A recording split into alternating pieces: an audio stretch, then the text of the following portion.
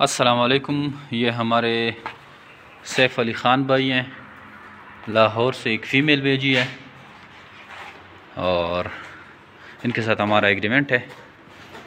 Agreement expiry से बचने के लिए आप कोई भी खरगोश बेच सकते हैं। एक जे मेरे पेट फार्म पाकिस्तान अग्रोशे के बाद सबसे बड़ी कंपनी है जो आपको खरगोश देकर 25 साल तक इनके बच्चे ख़रीदते हैं और ये आसान कारोबार है। खरगोश फार्मिंग बहुत तेज़ी से फल फूल रहा है और बहुत ही लोग